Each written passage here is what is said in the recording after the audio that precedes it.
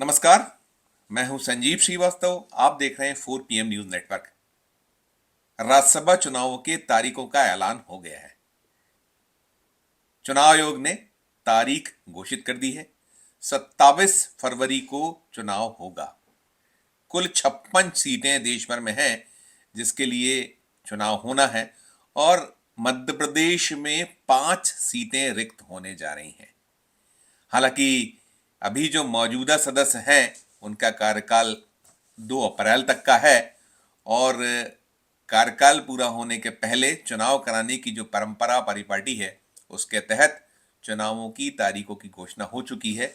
तो अब upper house जाने के लिए मध्य प्रदेश में भी जोड़ तोड़ आरंभ हो जानी है। राज्य की जो कुल 5 सीटें रिक्त हो रही हैं उनमें 4 अभी बीजेपी के पास है और 1 भारतीय जनता पार्टी के पास है। जो अभी परिदृश्य है, मध्य प्रदेश विधानसभा कुल 230 सीटों का सदन है। इस 230 सीटों में 2023 का विधानसभा चुनाव जो भी हाल ही में हुआ है, दिसंबर माह में जिसके नतीजे आए थे, उसमें 163 सीटें बीजेपी के पास हैं, जबकि 66 सीटें कांग्रेस ने जीती और 1 सीट पर अन्य दल के प्रत्याशी ने फतह हासिल की थी। तो जो सीटों का गणित है, सीटों का जो कैलकुलेशन है, उसके मद्देनजर पुनः राज्यसभा की जो रिक्त हो रही 5 सीटें उसमें 4 सीटें बीजेपी के पास जाएंगी और 1 सीट कांग्रेस को मिल पाएगी।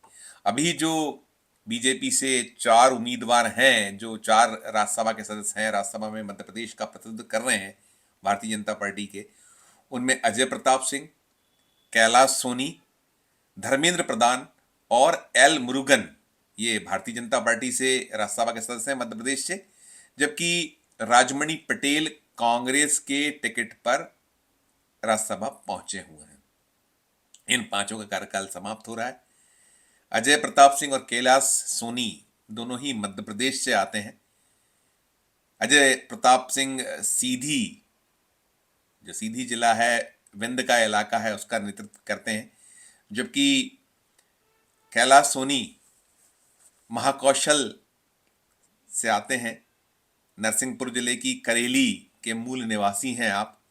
उधर धर्मेंद्र प्रधान उड़ीसा राज्य का प्रतिनिधित्व करते हैं और एल मुरुगन तमिलनाडु से आते हैं। ऐसे ही राजमणि पटेल जो कांग्रेस के टिकट पर राज्यसभा पहुंचे थे, अभी राज्यसभा के सदस्य हैं, वे रीवा से आते हैं, विंध्य क्षेत्र से आते हैं। तो अब जो गणित बन रहा है उस गणित के मान से 5 जो सीटें रिक्त हो रही हैं उसमें बहुत हद तक जो बीजेपी को 4 सीटें मिलनी है उसमें बहुत हद तक माना यह जा रहा है कि इस बार प्रदेश के नेताओं को अवसर, प्रदेश के जो भी भारतीय जनता पार्टी के कई ऐसे दावेदार हैं जिनकी लॉटरी खुल सकती है। हालांकि सभी 4 मध्य प्रदेश से होंगे, इसकी संभावनाएं बहुत कम है। भारतीय जनता पार्टी मध्य प्रदेश में जो राज्यसभा की सीटें हैं उसमें आमतौर पर अन्य राज्यों के नेताओं को भी उपकृत करती रही है। और अभी तो जो युग है मोदी और शाह का युग, तो कोई भी दावे से नहीं कह सकता कि किसकी लॉटरी खुलेगी और कौन राज्यसभा मध्य प्रदेश से पहुंचेगा, खासकर मध्य प्रदेश का नेता, मध्य प्रदेश का लीडर। भारतीय जनता पार्टी घोषणा कर चुकी है कि इस बार राज्यसभा के सदस्यों को पुनः अपर हाउस नहीं भेजा जाएगा। नेताओं को संकेत पार्टी दे चुकी है कि वे चुनाव लड़ने के लिए तैयार रहें और नेता तैयारी में जुटे भी हुए। ऐसे ही जो मध्य प्रदेश से अभी धर्मेंद्र प्रधान हैं, उड़ीसा से जो आते हैं, मोदी कैबिनेट में शिक्षा मंत्री हैं और भी विभागों का दायित्व उनके पास है, तो वे भी तैयारियों में जुट गए हैं। 2024 का जो लोकसभा का चुनाव होना है उसके लिए उनकी दावेदारी, उनकी उम्मीदवारी उड़ीसा से सुनिश्चित मानी जा रही है। वे अब की बार राज्यसभा नहीं भेजे जाएंगे, इस बात की संभावनाएं प्रबल हैं। ऐसे ही एल मुरुगन तमिलनाडु से आने वाले भारतीय जनता पार्टी के जो नेता हैं, जो राज्यसभा के सदस्य मध्य प्रदेश से हैं, उनके भी चुनाव लड़ने की संभावनाएं बलवती हैं। कहाँ से लड़ाया जाएगा, क्या होगा, ये तो बाद में आने वाला वक्त जो टिकटें लोकसभा के लिए घोषित होंगी उसके बात साफ होगा कि भारतीय जनता पार्टी जो अपने राज्यसभा के जो मौजूदा सदस्य हैं उनको चुनाव मैदान में उतारने की तैयारी में है। तो किस किस को उतारेगी, कौन कौन मैदान में उतारा जाएगा, ये तो बाद में स्पष्ट होगा। लेकिन हाँ, मध्य प्रदेश में जिस तरीके की संभावनाएं बन रही हैं, दिख रही हैं, सुगबुगाहटें अब शुरू हो गई हैं, क्योंकि आने वाले हफ्ते 10 दिन में जो भी चेहरे हैं, उम्मीदवार हैं, उनको लेकर जो कोहरा अभी है फिलहाल भविष्य की गर्त में है, उनके नाम सामने आने लगेंगे। और मध्य प्रदेश से एक नाम बड़ा प्रमुखता के साथ लिया जा रहा है और वो नाम है शिवराज। कैबिनेट में महत्वपूर्ण महकमों के प्रभारी रहे, राज्य सरकार के प्रवक्ता जैसी भूमिका का निर्वहन करते रहे नरोत्तम मिश्रा को बीजेपी राज्यसभा भेज सकती है, इस बात की सुगबुगाहट, इस बात की चर्चाएं चलने लगी हैं। और इस चर्चाओं के पीछे वजह यह है कि वे अमित शाह के करीबियों में शुमार होते हैं, वे काफ़ी पसंद करते हैं और लंबे अरसे से वे मुख्यमंत्री पद की रेस में भी बने रहे थे। जब जब शिवराज सिंह चौहान को हटाने की एक संभावनाएं बनती थी या चर्चाएं सुगबुगाहट शुरू होती थी, तब जो भी नेता मुख्यमंत्री पद की रेस में होते थे, दौड़ में होते थे, उनमें एक नाम नरोत्तम मिश्रा का भी चला करता था। हालांकि अभी जब 2023 के विधानसभा चुनाव के नतीजे आए तो बहुत दिग्गज नाम थे जो मुख्यमंत्री पद की रेस में थे और उनमें से किसी को भी वो मुख्यमंत्री पद की कुर्सी नहीं मिल पाई थी और लॉटरी खुली थी मोहन यादव की। तो ये भी संभावनाएं प्रबल है कि जातीय समीकरण, क्षेत्रीय समीकरण, राज्य में जो गणित है और खासकर जो मोदी और शाह जिस तरीके से सोचते हैं, कई सारे इक्वेशंस होते हैं, वो चाहे जातिगत आधार हो, महिला हो या और भी कोई ऐसे गणित जिसको लेकर वे चौंकाते हैं। यहाँ ये भी सुनिश्चित माना जा रहा है कि जो 4 सीटें रिक्त हो रही, उन 4 सीटों में संघ के भी ऐसे किसी चेहरे को अवसर मिल सकता है जो बहुत बहुत चौंकाने वाला नाम होगा। कई ऐसे दावेदार हैं, दौड़ में, रेस में हैं, जो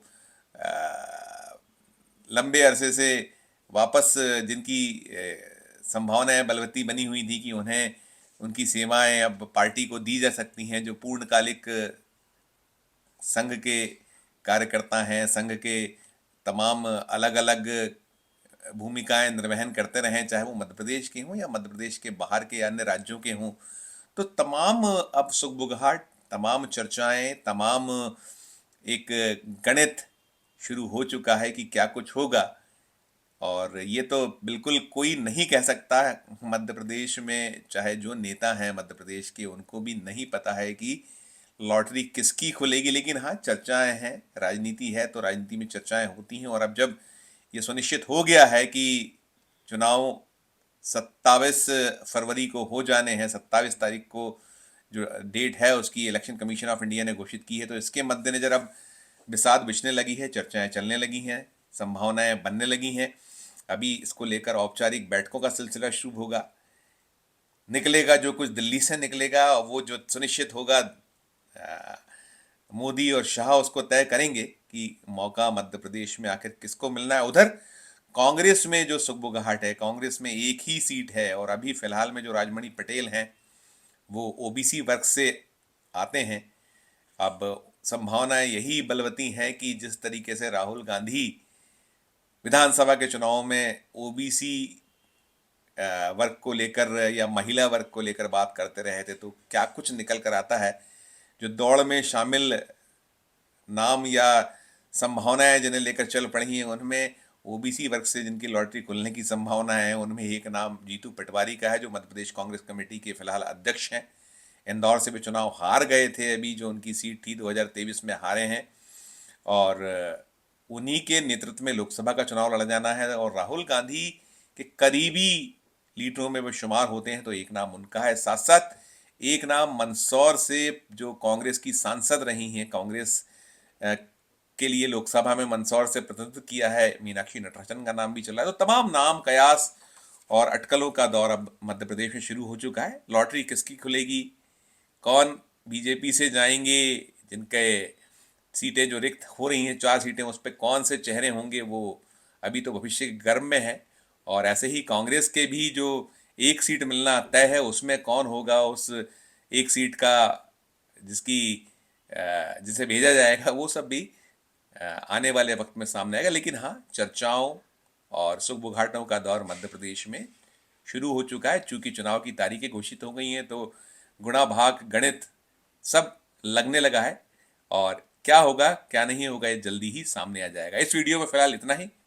मध्य प्रदेश का हमारा ये चैनल नया है, इसे लाइक कीजिए, इसे सब्सक्राइब कीजिए, हमारे इस वीडियो को अधिक से अधिक लोगों से शेयर भी कीजिए, और वीडियो के कमेंट बॉक्स में जाकर इस वीडियो को लेकर कमेंट जरूर कीजिए। और देखते रहिए 4 PM Madhya Pradesh, 4 PM national और 4 PM हमारे अन्य राज्यों के चैनलों को।